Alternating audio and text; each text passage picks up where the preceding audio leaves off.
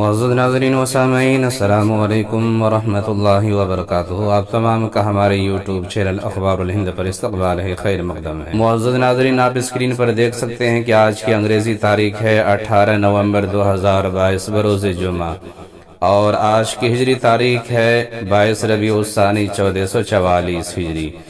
اس وقت کی بڑی اہم خبر ہے جو آپ کی خدمت میں رکھنے جا رہا ہوں، اور یہ خبر پاکستان کے کرکٹر اور بیٹسمین کے تعلق سے ہے جس کا نام محمد رضوان بتایا جاتا ہے۔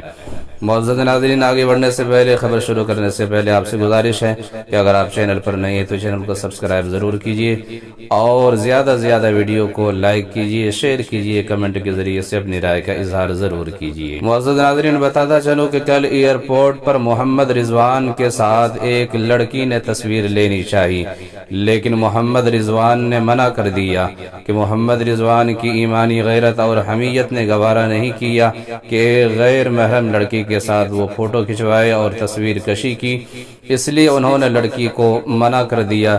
اس لیے لبرل لوگ کہتے ہیں کہ ٹیم کو تبلیغی جماعت سے دور کرو، کیونکہ ان کے ساتھ پھر تصویریں کون لے گا۔ معزز ناظرین، محمد رضوان کی لڑکی کے ساتھ تصویر لینے سے منع کرنے پر آپ لڑکی کا ریئیکشن دیکھ سکتے ہیں کہ کس طرح سے لڑکی ریئیکشن کا مظاہرہ کر رہی ہے۔ اور اسی طرح سے دوسری بڑی اہم خبر ہے افغانستان کے تعلق سے کہ افغانستان حکومت نے، طالبان نے دنیا میں ایک تہلکہ مچا دیا اور دنیا والوں کو حیران کر دیا۔ بتاتا چلو کہ معزز ناظرین، طالبان نے انجینئرنگ کی دنیا میں اپنا پہلا شاہکار لانچ کر دیا ہے۔